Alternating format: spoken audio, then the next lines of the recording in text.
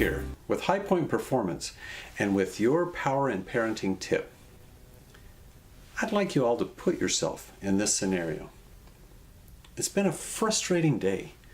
Your child has been in meltdown mode most, if not all, of the entire day. You're at your wits' end, wondering how can you truly be happy with a child that is such an emotional drain on you. Did you picture it? Now, how many, as you pictured that, said, "Yep, that's me"? Well, if you did, I've got great news for you. Let me share with you a little secret that can completely change not only that scenario, but your whole perspective on life. You know, when we were young, we learned to completely rely on others for our own happiness. When we were babies, we were completely dependent upon others for everything we needed. And even as we got older, we were still pretty dependent on them for quite some time. Now, how often have you heard your children put the blame on you, the parent, for not telling them that it was time to go to school? Or maybe that you didn't give them something to curb their hunger, even though they could have just walked right into the kitchen and made a snack themselves. Sound familiar? We've all been there, right?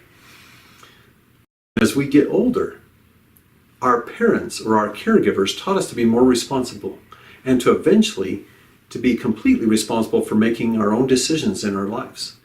For instance, about physical health, such as eating and exercise, or a variety of other areas. But think about it.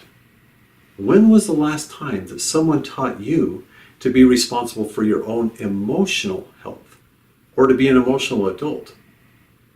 So what do I mean by being an emotional adult?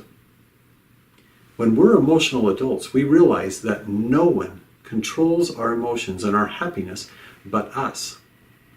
We choose our attitude, regardless of the experiences that we're passing through. Unfortunately, we so often give the emotional control of our lives over to the people that are least capable of handling it.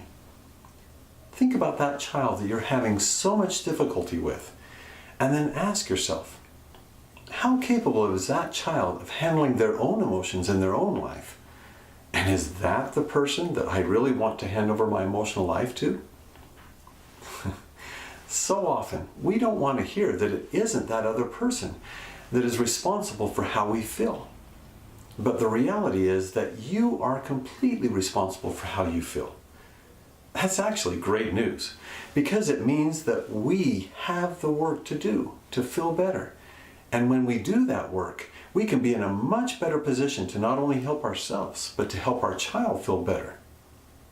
So the next time that you feel annoyed at your child, take credit for that emotion and say, "I'm choosing to feel annoyed right now." I know, it sounds pretty funny, huh? But logically, we can understand that their behavior played a part in that reaction.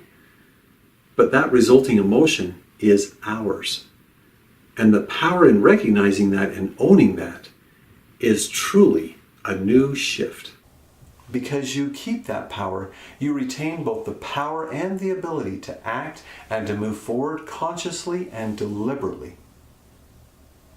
There are many tools and techniques that will help your child to learn how to behave better and to do better. And in our program, Power in Parenting, we go into much greater detail to help you with many of those. But nothing is as powerful as the realization that you control how you choose to feel.